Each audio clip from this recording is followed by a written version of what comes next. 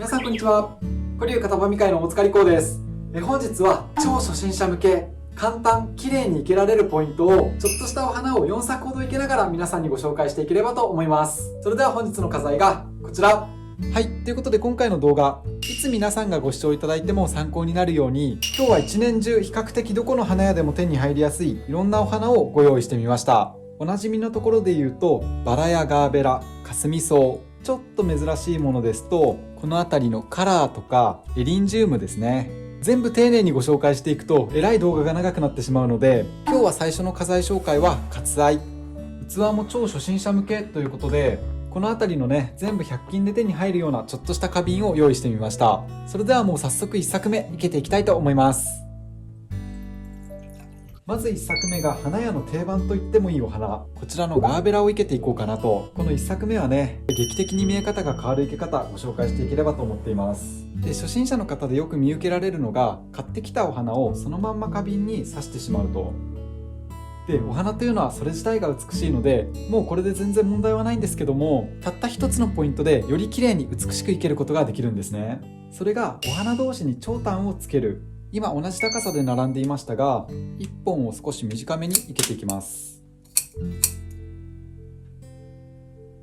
こんな感じ。このように長短をつけることでリズムが生まれるというのと、先ほどのように2本長いまんまですと下の部分間延びしてしまっていたのが、1本を短くすることでこの器の口元付近の部分をキュッと締めることができます。これだけで一気にお花の見え方違ってくるんじゃないかなと。で、さらに細かいところで見ていくと、一輪短いものに対してこの長さは果たして適切なのか、ギリギリこの長さで悪くないかなというところではあるんですけど、ちょっとこの部分間延びしてしまっているので、2輪で生ける場合はもう少し短めに、このぐらいの間隔で生けてあげるとバランスがいいんじゃないかなと。ちょっと短いガーベラに対して長いので、この部分が間延びしてしまっている。器と花材同士のバランスや花材同士のバランスを意識して生けてあげると、お花というのは一気に綺麗に生けることができます。これ逆に言うとですね、先ほどの長さで生けたいという場合、今回で言うとこの一番長いガーベラ、この部分が間延びしているということは、その間延びを何かフォローしてあげるものを足してあげるとバランスが良くなると。ということで、そんな位置でもう一輪のガーベラ生けていきましょうか。一番長いガーベラに対してフォローするような位置で生けていく。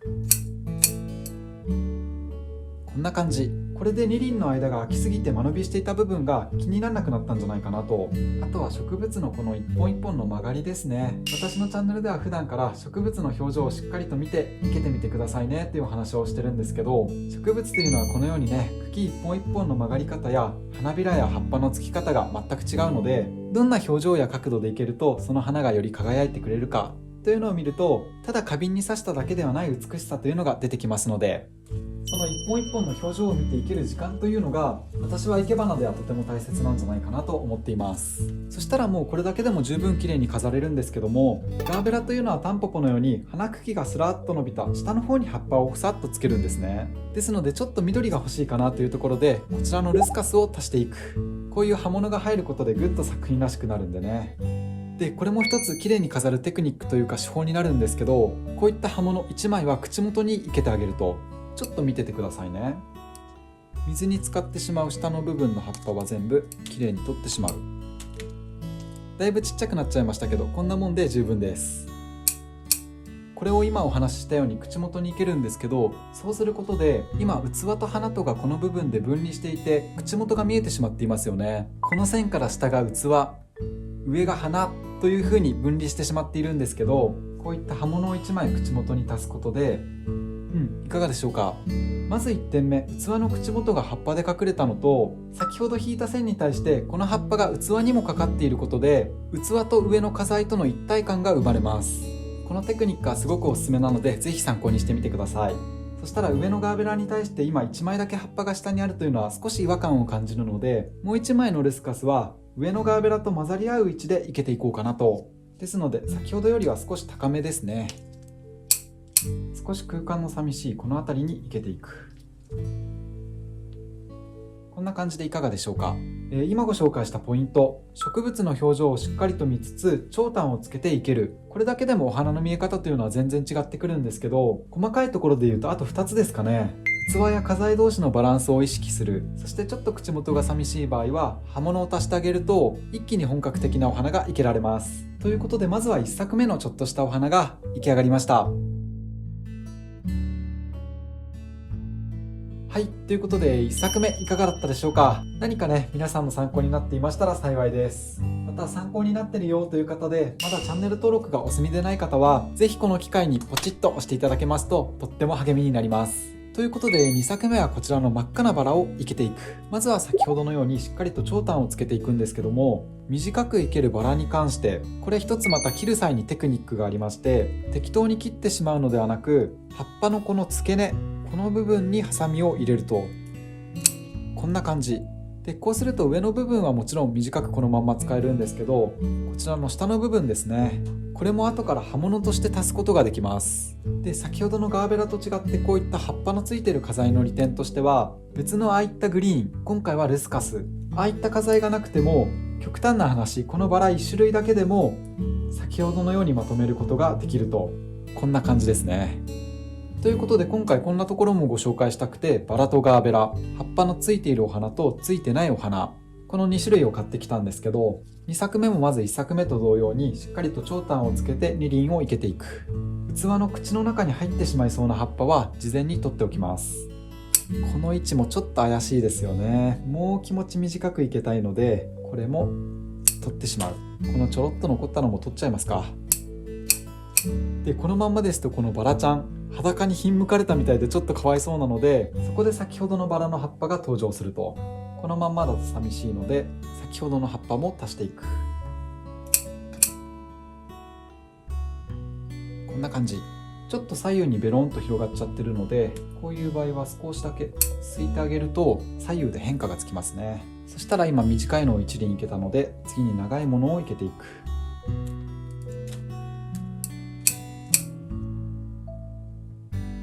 こんな感じ。1作目と同様、しっかりと植物の表情を見つつ長短をつけて口元を葉っぱで締めてあげると、もうこれだけでも綺麗に飾ることができます。で、このままですと1作目と同じ構成になってしまうので、2作目はもうワンポイント、2ポイントかな、ご紹介していこうかなと。1つ目のポイントが、こういった細かいお花を足してあげる。これ別にあってもなくてもいいんですけど、こちらお花の種類でいうとガーベラの1種類だけだったので、2作目はもう少し華やかにするというところで、おすすめの取り合わせなんかをご紹介していければなと。で、今1作目2作目ともポイントの強い一輪で咲くタイプのものが主役になっているので、その主役を引き立たせるためにこのような細かいお花を足すと、より華やかでふわっと綺麗にまとめることができます。今回はこちらカスミソウという花材を取り合わせてみたんですけど、こういったハイブリッドスターチスみたいな花材もいいですね。色合い的にはこの花材ですとこっちよりこっちの方が合いそうですね。まあ一般的にお花をまとめていくにあたって、お花の種類って多ければ多いほどまとめるのが難しくなってくるんですけども、2作目は花材の取り合わせというところで何か参考になりましたら嬉しいです。ということで、こういったパラパラした花材の場合はこのまんま生けてしまうと大味になってしまうので、枝分かれしている部分を細かくしてしまいます。こんな感じで、こうやって細かくしたお花をお花同士の空いている空間にパラパラっと混ぜ込んでいくと、赤と緑と白で色合い的にザ・クリスマスって感じですね。なるべく塊にならないようにパラパラっと混ぜ込んでいく。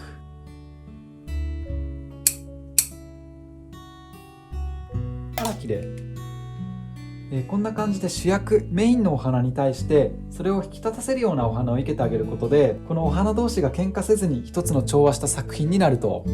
まあでもこの主役級のガーベラとバラでもまとめることはできるんですけど、ちょっと補足でパパッとご紹介しておきますか。例えばこういった一輪タイプのものを2種類生けるという場合は、今ちょうどバランス的にいいんですけどね、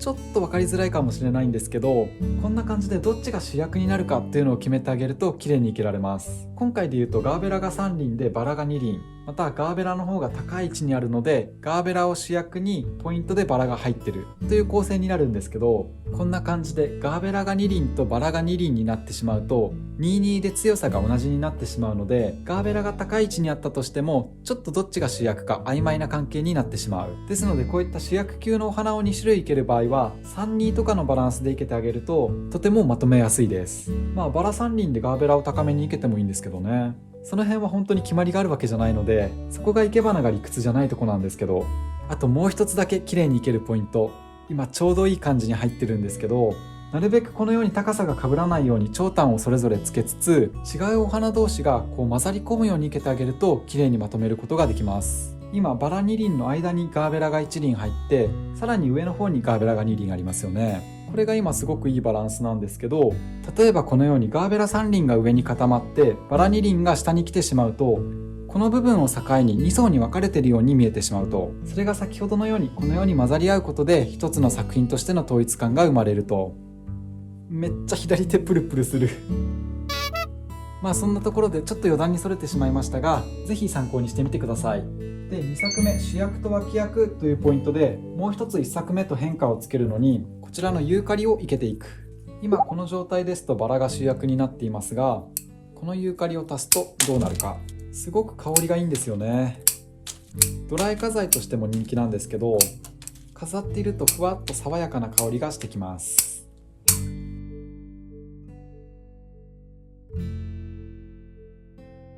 こんな感じでいかがでしょうか。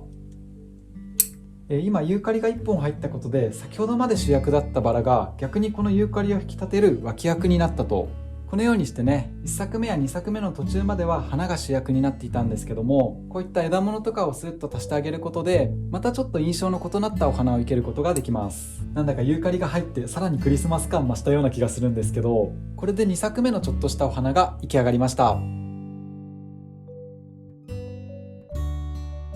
はい、ということで2作目いかがだったでしょうか。こんな感じで枝物が入るとまた雰囲気がガラッと変わりますので、ぜひ参考にしてみてください。で、1作目と2作目はどこの花屋でも買えるオーソドックスなお花でシンプルに生けてみたんですけど、3作目はこういった面白いお花を生ける際のポイント、それをご紹介していきたいと思います。で、3作目に使う器に関してなんですけど、1、2作目と比べて口の部分が少し開いています。で、口の部分が広いと何が起こるかというと、すっきりと縦に生けたくても横にこう開いてしまうと。で、こういった花瓶というのは剣山などの花留めが入らないため、いろんなテクニックが必要になってくるんですけど、これが初心者でも簡単に生けられるアイテムがありまして、もうこのチャンネル前々からご覧いただいている方にはおなじみなんですけど、こういった針金を器に沈めます。これはね、もともと1本だったものをこうくしゃくしゃっとまとめたものなんですけど、このくしゃくしゃまとまった部分が口元に来ればいいので、下はまあこんな感じにしといて器に沈めてしまう。先ほどのくしゃくしゃっとした針金の隙間にお花が挟まってくれるため、自分の固定したい表情で留めることができます。これね、めちゃくちゃ初心者の方におすすめなので、ぜひ参考にしてみてください。ということで、まずはこちらのエリンジウムという花材を生けていく。これウニのようにトゲトゲしてて面白い花材ですよね。で、これも霞草同様、このまんま生けてしまうとすごく大味になってしまうので、ちょっと枝を整理していく。これも切りましょうか。そしたらまずはこのエリンジウムを中心から広がるように生けていく。さっきの針金に引っ掛けると本当に楽に止まってくれます。今落としたエリンジウム2本あるので、1本は予備で残しておいて、もう1本は今生けておきますか。口元付近にこんな感じで。で、先ほどは刃物でキュッと口元を締めたんですけど、このように花でキュッと締めるという手法もあるんでね。そしたら次に色目を加えたいので、こちらの反りだこという花材を生けていく。水に浸かる部分の葉っぱはきれいに取ってしまいます。今回はこんな感じで黄色い部分だけを使っていこうかなと。この黄色いお花がポイントになるようにポンと生けていく。ちょっとこの1本のエリンジウムの曲がりが気になるので、これは落としてしまって、で、今落としたこちらはコップかなんかに飾れるので取っておきたいと思います。そしたらまだちょっと中心部分寂しいので、こちらにあるドラセナゴットセフィアーナという花材を混ぜ込んでいこうかなと思うんですけど、バラがもう1輪余ってるので4作目いけようかななんて考えてたんですよね。で、本当にちょっとした簡単なお花なので、これこそ初心者の方におすすめなんじゃないかなって思うんですけど、これも100均で買ってきたんですけど、こういったワイングラスに 1,2 作目は花を高めに、そしてルスカスやバラの葉っぱを低めに押さえていけたんですけど、こういった見せ方もありますよというところでさっくりご紹介しておくと、先ほどは主役だったバラを短く切ってしまう。で、こういったポイントとなるお花を口元に生けていく。ポンと。で、先ほどまで脇役だったこちらの葉っぱを次は伸びやかに生けていく。1本目はこんな感じ。2本目はもっと広がりが出るように生けていく。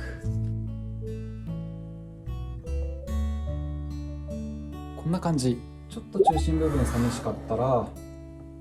先ほど落としたこちらのバラの葉っぱを混ぜ込むのもありですね。これ生けていきましょうか。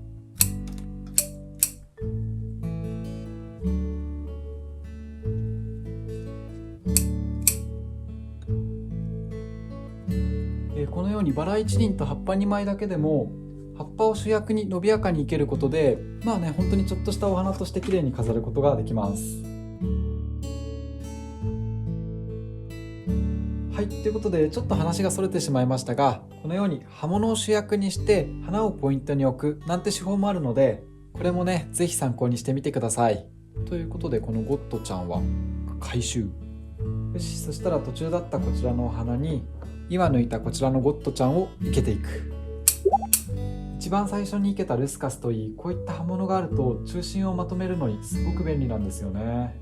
1枚、これだけで今中心部分かなりボリューム出たんじゃないかなと。もう1枚もせっかくだから生けていきましょうか。あんまり入るとモサモサっとしてうるさくなる場合もあるんですけど、もう1枚ぐらいなら大丈夫なんじゃないかな。しっかりと生け花特有のこういった花材同士の間合い、空間を意識して生けてみました。ここのエリンジウムが2本かぶってるか。こういうところカメラのアングルだと難しいんですよね。こんな感じかな。そしたら最後にこちらのカラーを生けていく。このお花も何度かこのチャンネルではご紹介しているんですけど、和名だと海に芋と書いて海芋なんて呼ばれ方をしています。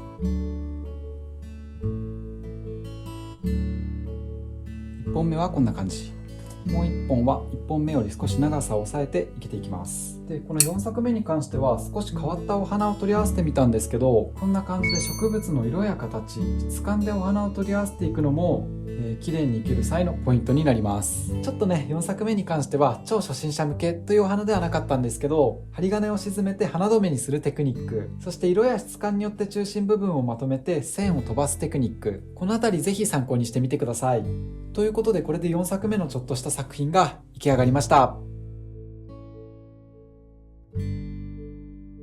はい、いかがだったでしょうか。お花というのは本当にちょっとしたポイントやテクニックで綺麗に生けて飾ることができますので、ぜひ今回の動画を、そしてこのチャンネルを参考にチャレンジしてみてください。本日の動画が面白かった、ためになったという方は、チャンネル登録や高評価をポチッとよろしくお願いいたします。それでは本日も最後までご視聴いただきありがとうございました。